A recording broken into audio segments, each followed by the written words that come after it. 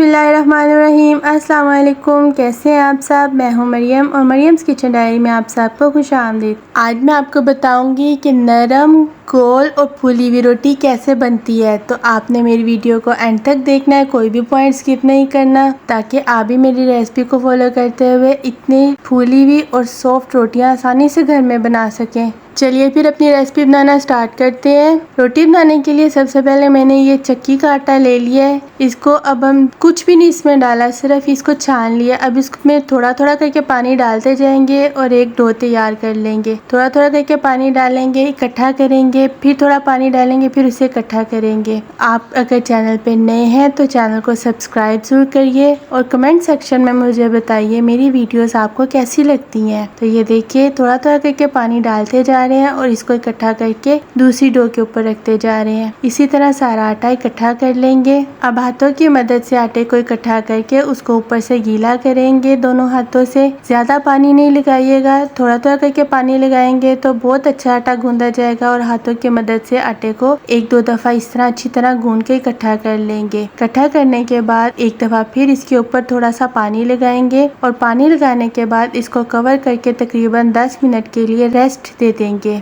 आटे को रखे हुए तकरीबन 10 मिनट हो चुके हुए हैं। अब हाथों को गीला करेंगे और तकरीबन 5 मिनट तक इसको अच्छे तरीके से हम गूंद लेंगे। आटे को जितना अच्छा गूंदेंगे रोटी भी उतनी अच्छी बनेगी और फूलेगी भी। अच्छे तरीके से इसको हाथ गीला करके गूंदेंगे, लेकिन ये याद रखिएगा कि डो को ज्यादा सख्त और ज्यादा नरम नहीं रखना। और इसकी पहचान ये है कि जिस वक्त हम इसको इकट्ठा करेंगे तो ये बर्तन से छूटेगा और एक जैसा स्मूथ सा हो जाएगा। ये देखिए इतना जबरदस्त आटा गूंद के तैयार हो गया। इतना ही नरम आपने रखना है। आटे को जिस वक्त भी गूंद के रखें तो उसको सिल्वर या स्टील के बर्तन में गूंद के रखा करें, उससे आटा खराब नहीं होता और आटा सही रहता है। आप चाहे तो आप इसकी उसी वक्त रोटियां बना लें, चाहे तो आप इसको रेस्ट दे दें। तो मैं उसी वक्त रोटियां बना रही हूँ। अब थोड़ा सा आटा लेंगे, खुशक आटा, उसको थोड़ा सा लगा कर हाथों से रोल करके एक प्यारा सा पेड़ा खूबसूरत सा बना लेंगे। पेड़े बनाकर साइड पे रखते जाएंगे। मेरे जो नए दोस्त देख रहे हैं वो पहली मर्तबा भी अगर रोटी बनाएंगे, यकीन है कि उनकी रोटी भी इतनी ही अच्छी बनेगी। अब हाथों की मदद से थोड़ा सा पेड़े को प्रेस करके इस तरह दबा लेंगे ताकि किनारे एक जैसे हो जाएंगे। अब इसको सरफेस पर रखें, बेलन की मदद से चारों तरफ से घुमाकर एक खूबसूरत सी रोटी बेल लें।